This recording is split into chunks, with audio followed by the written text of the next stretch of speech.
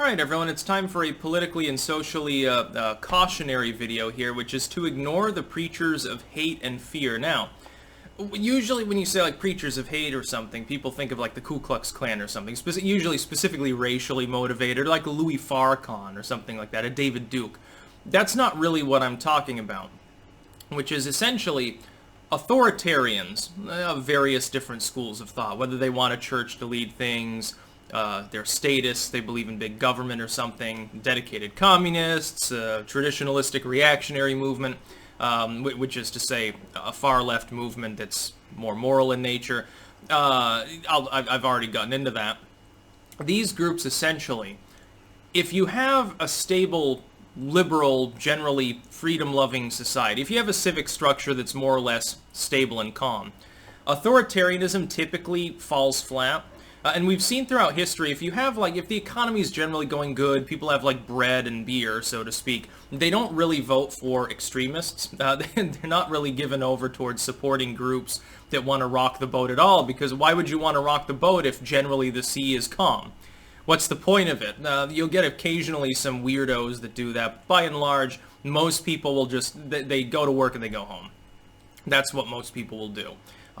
The society may be more or less wealthy, more or less westernized, more or less secular, the government may be more or less absent, but the boat won't get rocked. It will remain that sort of limited government style society that's tended to crop up in the last 200 years, and things will remain calm. It's in times of stress, usually, that usurpation and overhaul happen. Economic downturn, economic collapse, all of a sudden Nazis take over. There's a communist revolution. A group wants to go back to the 1700s, institute a monarchy or theocracy or something. If you don't have a situation where you've got that kind of social stress, if the economy is not collapsing, if you are not currently in a major war, if there is not currently some major social alienation going on, a major cultural struggle, what's the next best thing if you're an authoritarian? It's to convince people that there's a problem, especially if you have control of the legacy media. Now, isn't that interesting? All you have to do is keep people perpetually afraid and or angry. You have to get people either fearful or angry. They will tend, therefore, at a higher rate to vote for more government power or more church power or more power in an activistic collective because they're under stress. The stress is not necessarily real. You've got most of the people, for instance, within these riots that are occurring. When we find out who they are, a lot of them are from stable middle-class backgrounds. They got nothing to complain about. They're not, a step from homelessness. They claim to speak for the super poor, but they're not super poor. Most of them are bourgeois. They're not revolutionaries. They're whiners, essentially. But these people, by and large, have been fooled into thinking that there's an army of fascists staring them down. They've been brainwashed into thinking that there's a Nazi around every corner. There are likewise people right now that are openly fomenting plans for civil war. Oh my God, the communists are coming.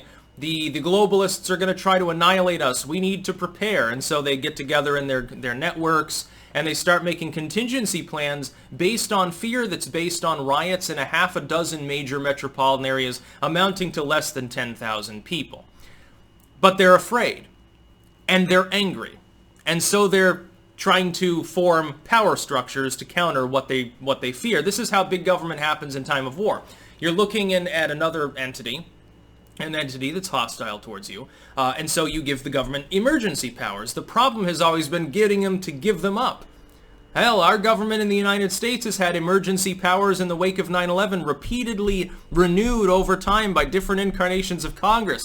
Has anyone noticed that it's regardless of party and nobody stands in the way for the most part? Don't you think there might be a reason for that? Power tends to corrupt and it tends to congeal and it tends to maintain itself. The problem, which I see in the West at the moment, is that more and more people are afraid of ghosts. They're afraid of threats that do not exist. And so they keep trying to give the government more power. It's like the remnant of the alt-right that didn't revert back to populism. It has now begun to sound a lot like communism. They want to give the government inordinate power, the same government that they think is trying to exterminate them. It's called accelerationism. It's a pile of steaming horseshit. Any reasonable person understands this. But they want the same government and billionaires and activistic edifices that they think is trying to destroy them to appropriate even more power. Why? I don't know. I guess they feel like if people are under enough stress, then they'll vote what they think is their own self-interest. Literally exactly what I'm describing here, which is that they're hoping the post-alt-right, the communists, socialist / progressive fringe groups, trad movements, and so forth.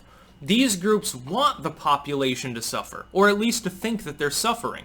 You see propaganda everywhere all day designed to convince you that your life is a wreck, everything's terrible, your race is disappearing, your gender is under attack, black people are under threat by white supremacists, white people are under threat by a globalist cabal that wants to enslave them. All of this fear is flung around constantly. You don't even really have a differentiation between the so-called conspiracy theory side of fear-mongering and the legacy media at this point. They just target different groups. The legacy media tells you to be afraid too. Be afraid. The Trump administration didn't do enough about corona. You're all going to die. Grandma's going to die. They want your kids to get shot by a mass shooter and stuff like that. How is this not the same authoritarian peddling fear porn? It's an attempt to get you to actually fuck yourself in the ass and bring about real stress and real discomfort and real problems and governmental and other authoritarian abuses by voting them into existence based on a bunch of lies. It's like there's that image where the person's like, they take a bunch of like cardboard cutouts and of like monsters and fire and stuff, and they arrange it around in a circle, and then they curl up in a fearful position around it. It's like you've created your own hell. That's how authoritarianism comes to be. You got to be afraid or angry. You've got to at least be one or the other. So one group is afraid of the other group because the other group thinks it's acting is incredulous. They're angry. They think that there's some abuse, some perceived wrong. They start arming up, getting louder and rabble-rousing and stuff, and then other people get afraid of them. And the same central group is playing those two groups that think that they're opposing one another off against each other in order to absorb more power. They don't even recognize who their enemy is. And of course, it's kind of hard to fight a battle if you don't know who you're fighting now, isn't it? All of these different groups, therefore, they think of themselves as sort of saviors. They think of themselves as the revolutionaries. The alt-right and the communists think of themselves as waging a revolutionary struggle against some unseen, terrible enemy. Secret army of Nazis, globalist cabal or whatever. Now, there are globalists that are trying to throttle the world and suck the life out of it, and they want to enslave all human beings. These groups conveniently control the same legacy media networks telling the leftists and people on the right to fight one another. Isn't that interesting? And then they make lots of sensationalist headlines about it. Works for them.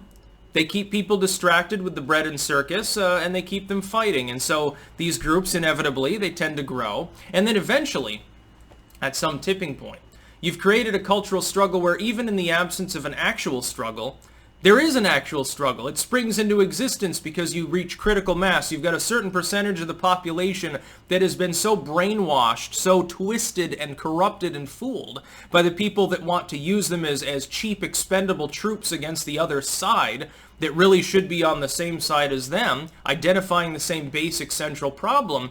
They start fighting and throwing bombs and lighting fires, and then the authoritarians come along and say, hey, we can solve this, give us more power. Not realizing, of course, if it weren't for their influence, that problem never would have existed in the fucking first place. That's why I'm a libertarian. I've properly identified what the real problem is. It's human nature itself. Unfortunately, there's no real countermeasure. When this happens on a large enough scale, it unfortunately tends to work. You then have to undo potentially decades of damage. Thereafter, counter-revolutionary movement by people who know what the fuck they're doing. That's about all. Peace out.